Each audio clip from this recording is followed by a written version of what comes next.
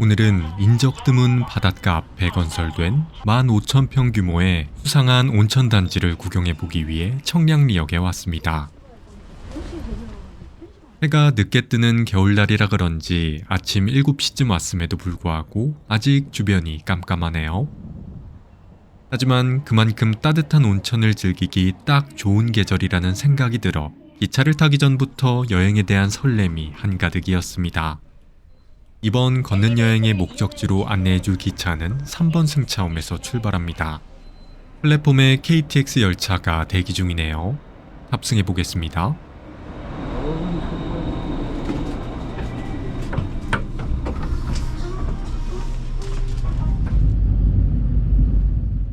목적지에 가까워지자 창문 너머로 푸른 동해바다가 펼쳐졌습니다. 동해 쪽으로 여행을 떠날 때면 항상 창가 자리를 예약하는데 기차를 타고 가며 바라보는 쪽빛 풍경은 언제 봐도 참 아름답습니다. 참고로 이 멋있는 바다뷰를 보기 위해서는 상하행 모두 A열 좌석을 예매해야 하니 참고 바랍니다. 푸른 바다를 감상하다 보니 어느새 목적지에 도착했네요. 가차해볼까요? 청량리역에서 KTX를 타고 약 2시간을 달려 동해시 묵호역에 도착했습니다. 저는 오늘 둘러볼 온천단지에서 1박을 할 예정인데요. 입실 시간이 오후 3시부터라 아직 시간이 많이 남아서 묵호역 주변 가볼 만한 곳 4곳을 소개해드리도록 하겠습니다. 묵호역을 빠져나와 오른쪽에 있는 굴다리를 지나 쭉 걸어가면 됩니다. 5분 정도 길을 따라 걸어가면 왼편에 동쪽 바다 중앙시장이 나오는데요. 이 주변에는 저렴한 가격으로 든든하게 배를 채울 수 있는 칼국수 맛집들이 참 많습니다. 그 중에서도 저는 시장 안쪽에 있는 우리 칼국수로 갔습니다. 장칼국수와 칼만둣국이 6,000원이라니 정말 대박이죠? 칼국수와 찰떡궁합인 김치도 너무 맛있었고 무엇보다 국수 자체가 맛있어서 횡재한 기분이 들었습니다.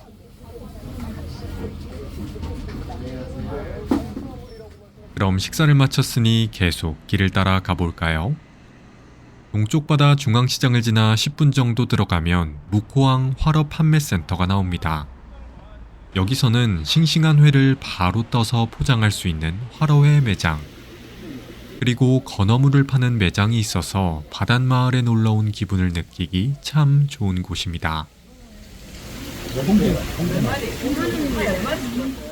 판매센터 뒤쪽으로 나가면 1937년에 개항한 묵호항이 나옵니다. 그런데 이 아름다운 묵호항의 풍경을 더 높은 곳에서 바라볼 수 있는 명소가 도보 10분 거리에 있습니다. 한번 가볼까요? 활어 판매센터를 빠져나오면 삼거리 하나가 나오는데요. 여기서 왼쪽으로 들어가면 됩니다. 그러면 이렇게 옛 시골 마을 골목길로 들어갈 수 있는 언덕길이 나오며 이곳으로 올라가면 됩니다.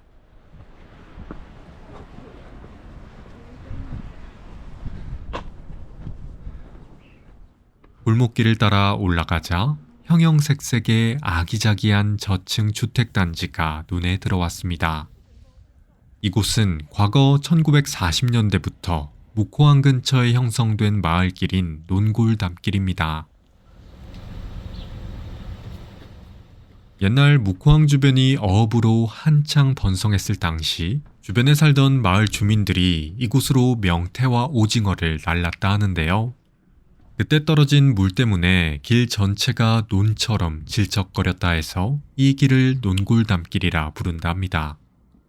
서울에서 볼 수 있는 골목길도 물론 예쁘지만 도심과는 또 다른 이야기가 숨어있는 논골담길의 풍경이 개인적으로는 더 아름답게 다가왔습니다. 총 3개의 길로 이루어진 논골담길 중 논골 1길을 따라 올라가면 묵호항 전경을 한눈에 담을 수 있는 바람의 언덕이 나옵니다. 10분을 올라 이런 멋있는 풍경을 공짜로 감상할 수 있다니 참 대박이죠? 바람의 언덕 뒤쪽에는 말똥도넛이라는 도넛집도 있습니다.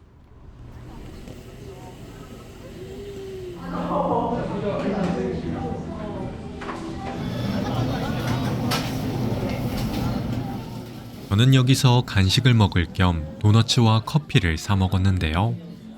전망도 좋고 맛도 좋아서 한 번쯤 들려보셔도 좋을 것 같습니다. 그럼 논골담길 구경을 마치고 다음 장소로 이동해 볼까요? 바람의 언덕을 지나 동해를 오른쪽에 두고 직진합니다. 그러면 이렇게 등대오름길로 안내하는 표시가 나오는데요. 이곳을 따라 들어가면 1963년 처음 불을 밝혔던 묵호등대가 나옵니다. 계단은 많지만 입장료가 무료라 더 높은 곳에서 묵호의 풍경을 바라보기 좋은 곳입니다.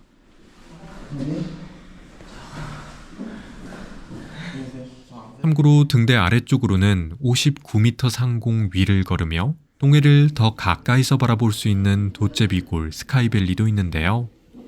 입장료는 3,000원이지만 이 중 1,000원은 동해사랑 상품권으로 돌려주고 전망이 워낙 좋아서 논골담길과 함께 둘러보기 참 좋은 곳입니다.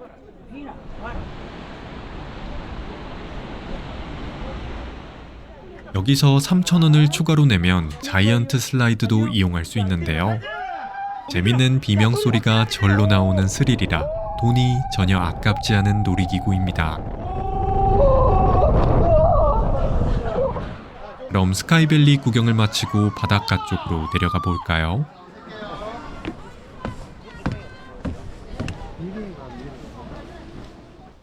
바닷가에 가까워지니 수면 위로 걸려있는 또 다른 스카이워크가 등장했습니다.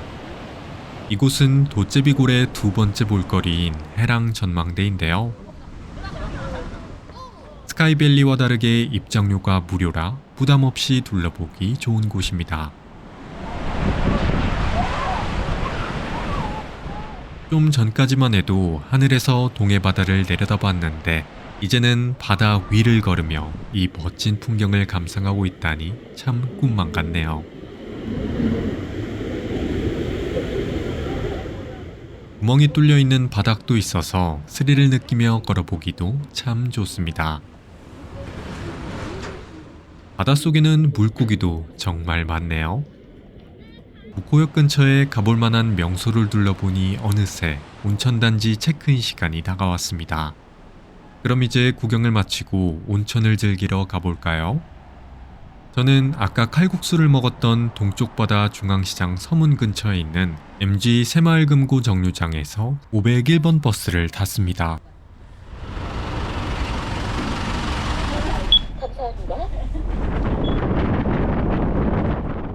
버스를 타고 약 10분을 달려 망상해변 정류장에 하차했습니다. 정류장 이름에서도 알 수 있듯이 온천단지 바로 뒤쪽에는 아름다운 망상해수욕장이 자리 잡고 있습니다. 추운 겨울날이라 사람은 거의 없었지만 쪽빛 동해바다의 웅장한 아름다움을 느끼기에는 충분했습니다.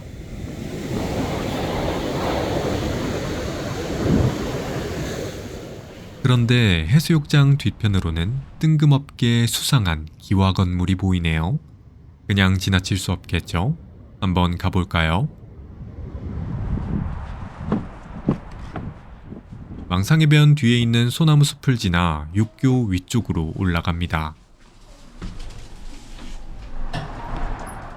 육교에 오르자 멀리서만 보였던 수상한 기와 건물의 온전한 모습이 드러났습니다. 이곳은 전국에 10곳밖에 없는 국민 보양온천을 운영하는 동해 보양온천 컨벤션 호텔입니다. 동해 쪽으로 여행을 올 때마다 항상 이곳은 뭐하는 곳일까 궁금했었는데 이제 드디어 어떤 곳인지 알게 됐네요. 그럼 호텔 안쪽으로 들어가 볼까요?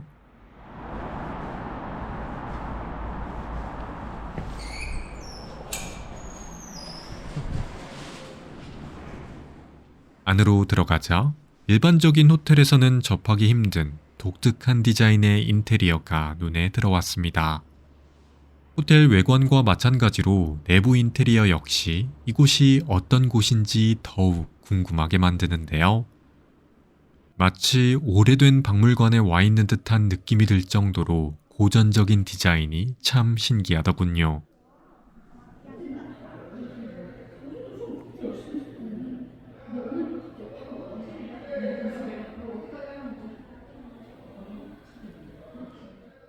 호텔 뒤쪽으로 나가면 수상하다는 느낌마저 들 정도로 신기한 공원 산책로가 나옵니다. 한번 가볼까요?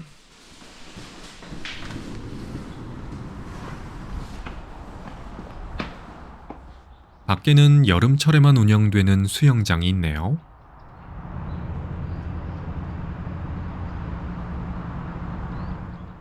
이곳에는 호텔에서 운영하는 편의점도 자리 잡고 있습니다.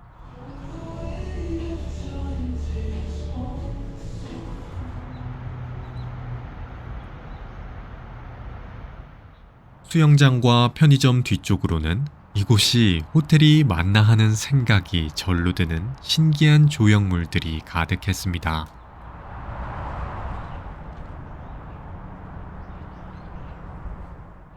더 신기했던 건 조형물 뒤쪽에 커다란 새들을 구경할 수 있는 미니 동물원도 있었다는 것입니다.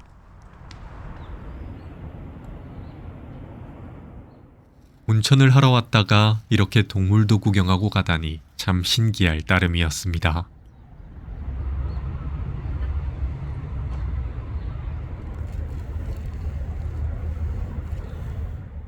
그런데 건물 외관과 내부를 구경하면서 어딘가 모르게 인테리어가 굉장히 익숙하다는 느낌을 받았는데요.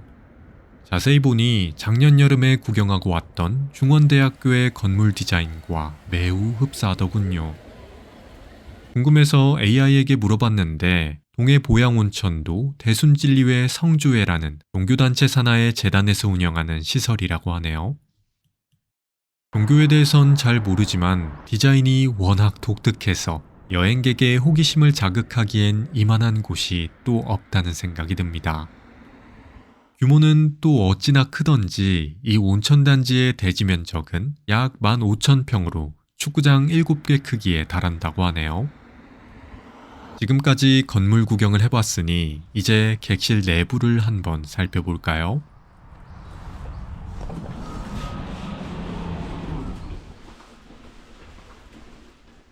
저는 약 10만 원을 주고 오션뷰 객실을 예약했는데요. 바다가 길 건너편에 있어 살짝 아쉽긴 했지만 망상해변이 잘 내려다 보여서 경치 구경하기는 좋았습니다. 인테리어는 살짝 올드해 보였지만 비품들은 잘 갖춰져 있었습니다.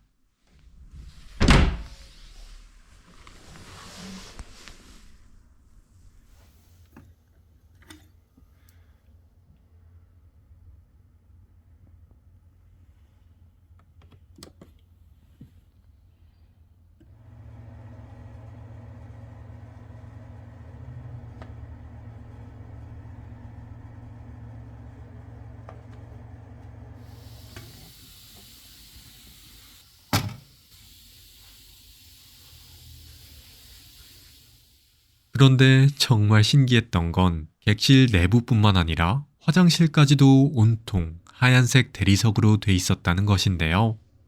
이곳을 지을 당시인 90년대부터 2000년대 초반 물가로도 수백억 원대의 대리석 비용이 투입됐을 정도로 건물 내외부 모든 곳에서 대리석을 발견할 수 있었습니다. 다시 봐도 우리나라에 이런 온천 호텔이 있었다는 게 믿기지 않을 정도로 곳곳에 신기한 요소들이 잔뜩 숨어 있네요.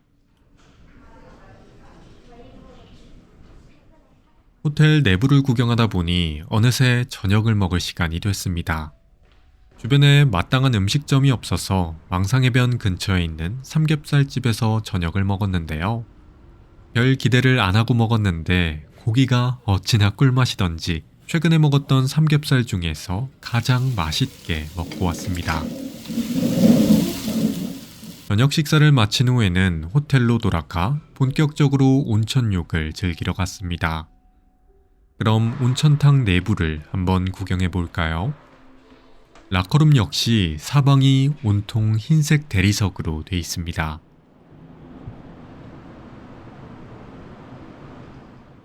그런데 라커룸 오른쪽에는 수영장도 있네요. 먼저 수영장을 구경해 볼까요?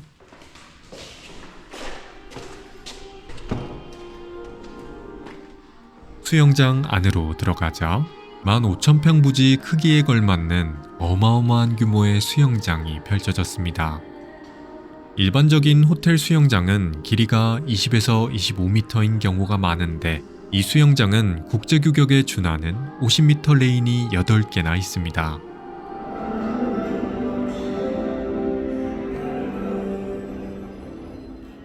그래서 수영을 전문적으로 하는 사람들이 이곳으로 전지훈련을 오기도 한다네요.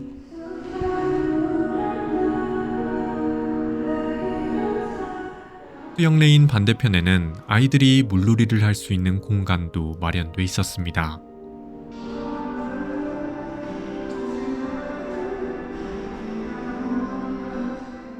재밌는 것은 이 수영장 물도 모두 온천수라는 것인데요. 지하 900m에서 끌어올린 지장수와 해수를 섞은 물이라는데 일반 물보다 몸이 더 잘 떠서 수영하기 좋다네요. 그럼 수영장 구경을 마쳤으니 이번에는 온천욕장 구경을 해볼까요?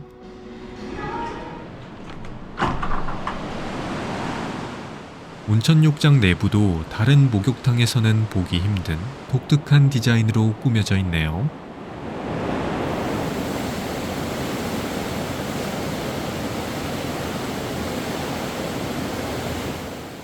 안쪽에는 서서 씻을 수 있는 공간과 앉아서 씻을 수 있는 공간이 넓게 자리 잡고 있습니다.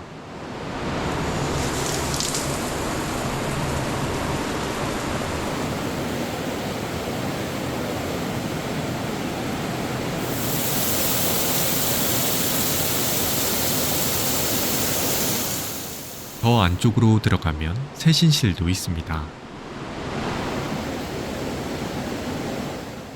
메인 욕탕에는 커다란 냉탕이 한 곳, 30에서 40도의 온탕 여러 곳이 있었습니다. 이 욕탕들도 모두 지장수로 구성되어 있다 하네요.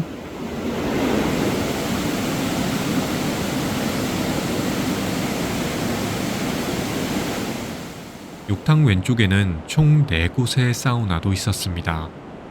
온도가 다양해서 땀을 빼기 좋아 보이네요.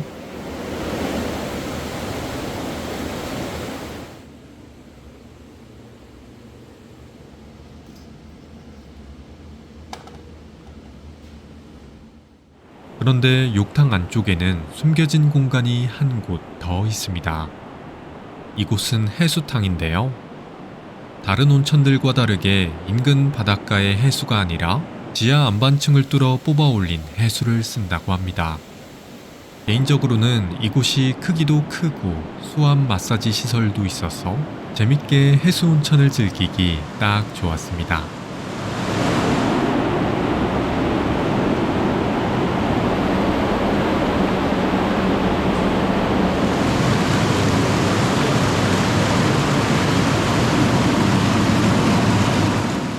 해수탕 옆에는 유황탕도 있네요.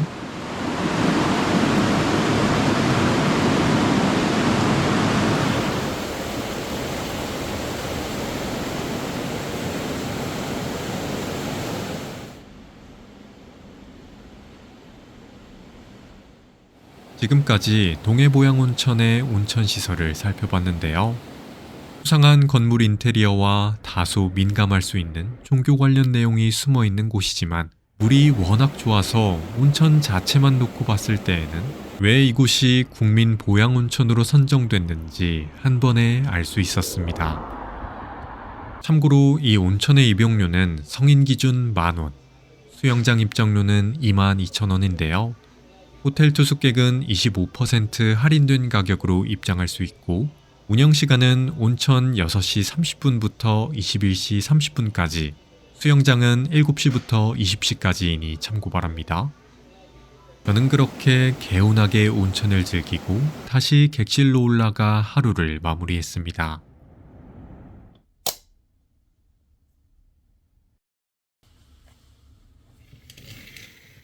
동해 보양온천에서의 둘째 날 아침이 밝았습니다. 일출을 보려고 일찍 일어났는데 구름이 많아서 해가 안 보이네요. 그래도 어제보단 맑아서 망상해변이 잘 내려다 보였습니다. 체크아웃을 한 뒤에는 망상해변으로 산책을 나갔는데요.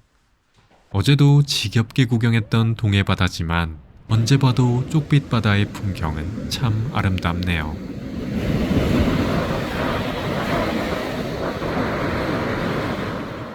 해변가 구경을 마친 후에는 근처에 있는 피아노라는 양식집에서 점심을 먹었습니다. 가격은 조금 비싸지만 맛도 좋고 뷰가 워낙 뛰어나서 돈이 전혀 아깝지 않은 곳이었습니다. 월요일이었음에도 불구하고 창가 쪽은 예약을 하지 않으면 못 앉을 정도로 인기가 많더군요. 음식은 피자와 파스타를 주문했는데 또 방문하고 싶을 정도로 맛이 훌륭했습니다.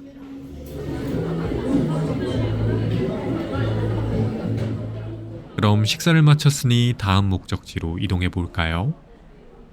식당을 빠져나와 왼쪽에 해변가를 두고 30분 정도 걸어갑니다. 그런데 바닷가 근처에는 신기한 소나무 농장이 넓게 펼쳐져 있었는데요.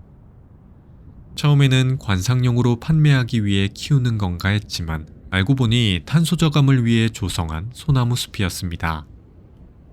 해변가 주변에 높은 해송숲은 많이 봤지만 이제 막 자라고 있는 해송숲을 보니 참 신기하더군요.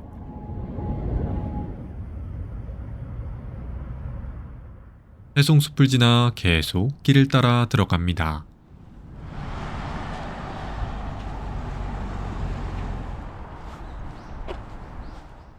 (15분) 정도 더 걸어가면 이렇게 굴다리 하나가 나오는데요. 이 굴다리를 지나 현상소 방향으로 들어가면 됩니다.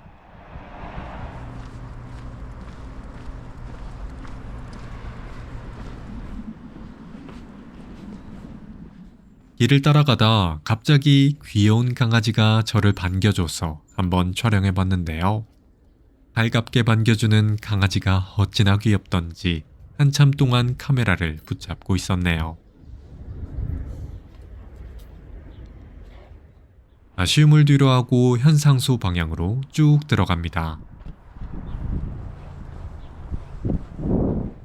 길을 따라가자 잘 정돈된 정원 안쪽으로 고풍스러운 벽돌집 하나가 등장했습니다. 그냥 지나칠 수 없겠죠? 한번 들어가 볼까요?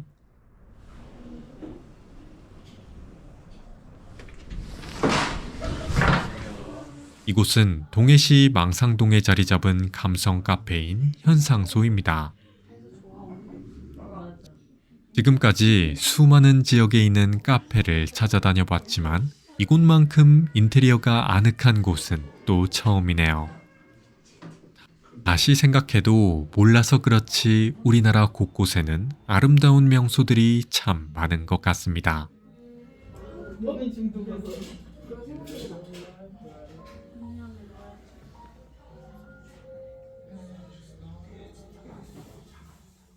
저는 현상소에서 커피와 디저트를 먹고 다시 묵호항 근처로 이동했습니다. 현상소를 빠져나와 계속 앞으로 직진하면 커다란 삼거리가 나오는데요. 이쪽 건너편 왼쪽에 있는 노봉 정류장에서 504번 버스를 타면 됩니다. 감사합니다.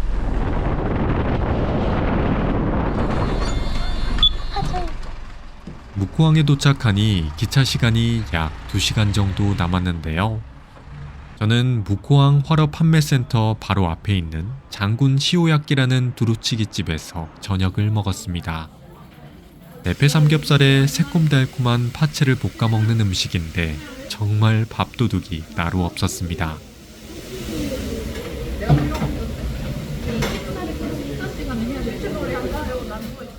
볶음밥까지 볶아 먹으면 금상첨화겠죠? 장군 시오야끼 저녁을 마지막으로 이번 걷는 여행이 마무리되는데요. 집으로 돌아갈 때에는 다시 묵호역으로 걸어가 서울로 올라가는 KTX를 타면 됩니다.